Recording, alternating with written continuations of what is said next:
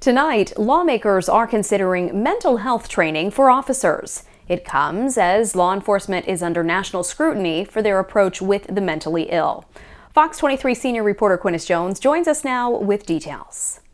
That's right. The whole idea behind this bill is for officers to change their approach when responding to people who need mental health care. One lawmaker calling the bill, quote, life-changing. If passed, law enforcement agencies would have to offer first aid and mental health training to officers.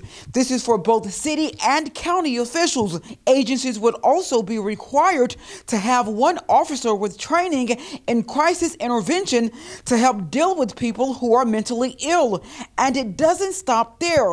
The bill says if there is someone who needs mental health services in court, the state would have to provide a court liaison or professionals to help in that area. Meanwhile, just last year, Forest County authorities were under investigation after a man was killed when deputies went to a home to serve a civil commitment. That's a legal process of placing someone in a mental institution.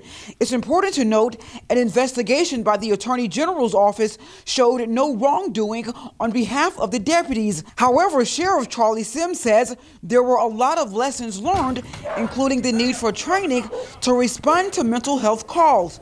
Here's what he said at that press conference. Not only will our sworn deputies obtain this training, there's also training for dispatchers who take those initial calls to help kind of evaluate the situation.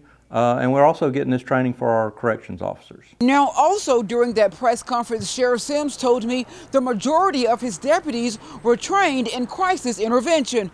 Quentis Jones, Fox 23 News.